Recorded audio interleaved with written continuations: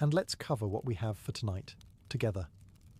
Before Abraham Lincoln ever stood beneath marble columns, before his words echoed through history books and memorials, he was just a boy. Born on February 12, 1809, in a one-room log cabin in Hardin County, Kentucky, Abraham came into a world of cold winters, dirt floors, and hard hands. His father, Thomas Lincoln, worked as a carpenter and farmer, strong, proud, and stern.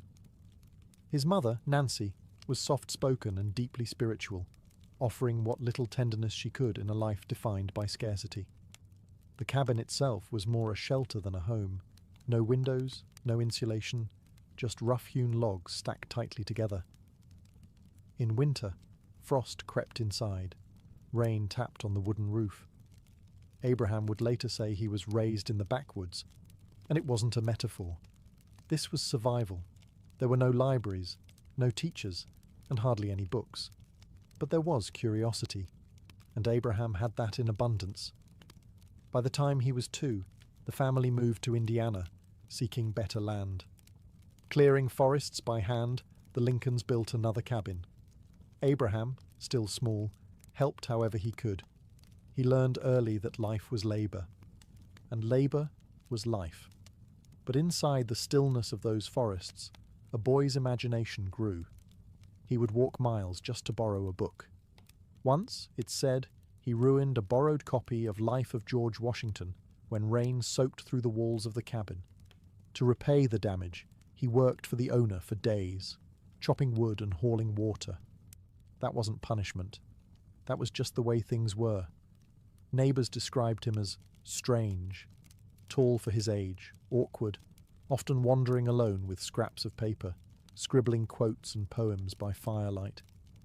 He had a memory like a trap and a love for words that felt unusual for a farm boy. But something in Abraham Lincoln, even then, was reaching upward, not toward power, not yet, just toward understanding. There, in the quiet woods of Indiana, beneath a leaky roof and beside a dwindling fire, a boy began building something far bigger than a log cabin. He was building a mind, a vision, a voice, and that voice would one day echo across a fractured nation. Every great life begins with a wound, one so deep it never quite heals. For Abraham Lincoln, that wound came at the age of 9. It was 1818. The Lincolns had settled in Indiana, carving out a life among thick woods and open sky. The days were long, filled with work, and the family survived on what they could grow, build, or barter. But something invisible and deadly was creeping through the countryside, something called milk sickness. No one understood it then. People fell ill without warning, their muscles weakening, their stomachs turning. Entire households could be wiped out in a matter of days. The cause? Cows grazing on white snake root, a toxic plant. The poison passed into the milk and into the people. Nancy Hanks Lincoln, Abraham's mother, was one of its victims. She grew weak fast. Abraham and his sister, Sarah, watched as their mother, their quiet, warm anchor, faded before their eyes. There was no doctor, no medicine. Just the dim hope that rest might save her. It didn't. Nancy died in the fall, wrapped in a blanket of leaves and silence. She was just 34 years old. Abraham, still a boy, helped carve her coffin with his father.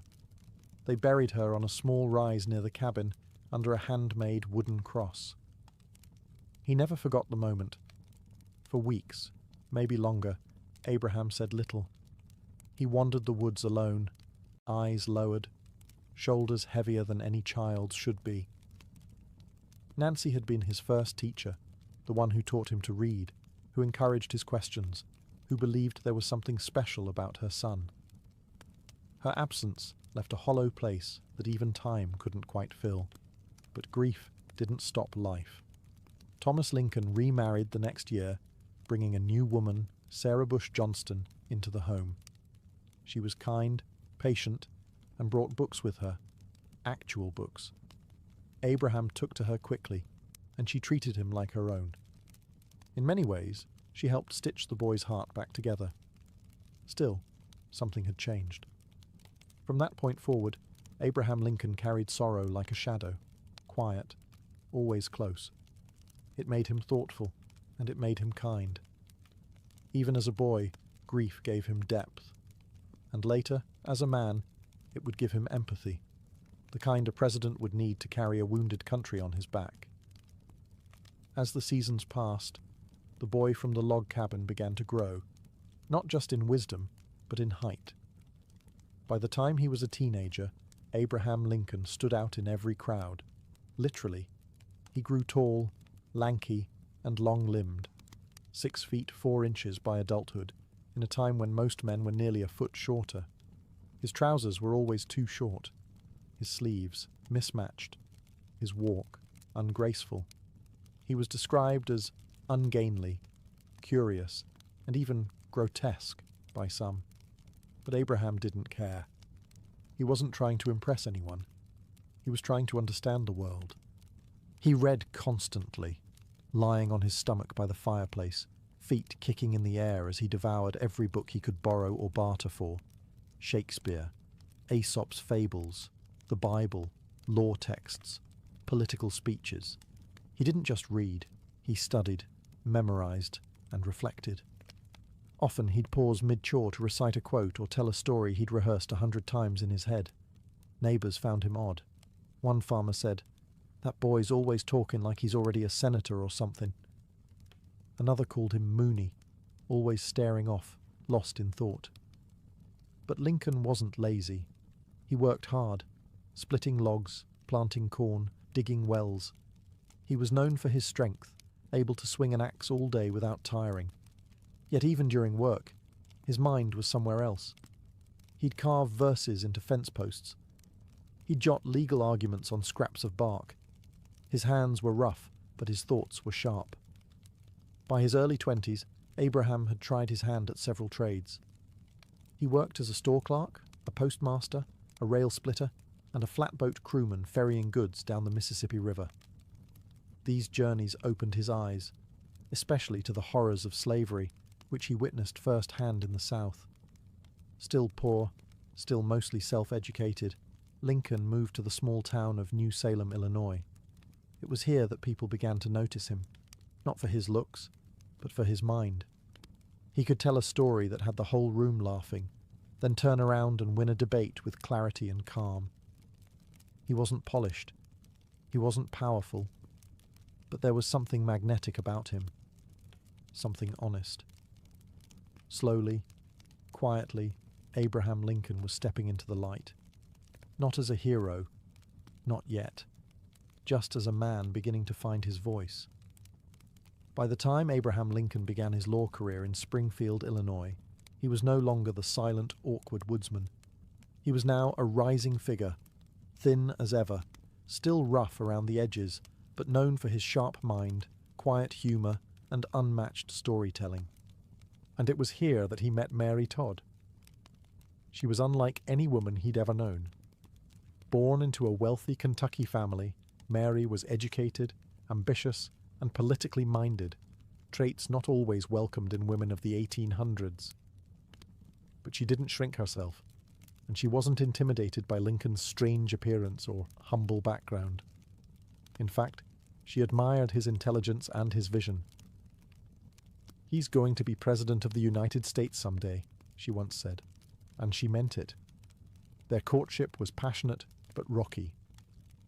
Lincoln was unsure of himself, socially, emotionally, even financially.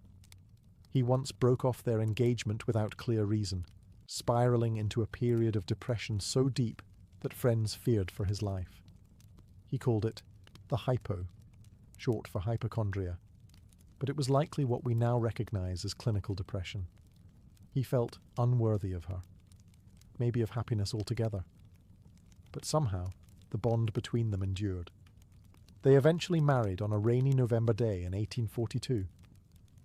Abraham was 33, Mary was 23. It was not a perfect marriage. They fought often, especially during times of grief and political stress.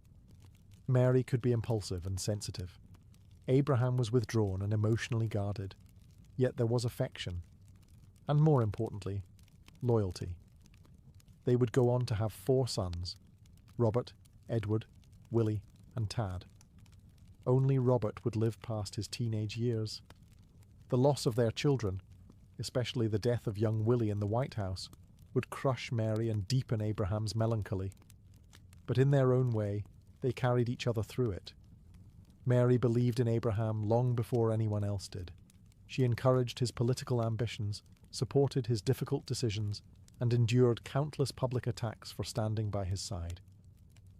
Their love wasn't neat or storybook. It was complicated, raw, sometimes painful, but it was real. And in a life filled with loneliness, criticism, and unimaginable pressure, Abraham Lincoln never doubted that one woman, however troubled, truly believed in him. In November of 1860, Abraham Lincoln was elected the 16th President of the United States, but there was no celebration in the South. His name hadn't even appeared on ballots in 10 southern states.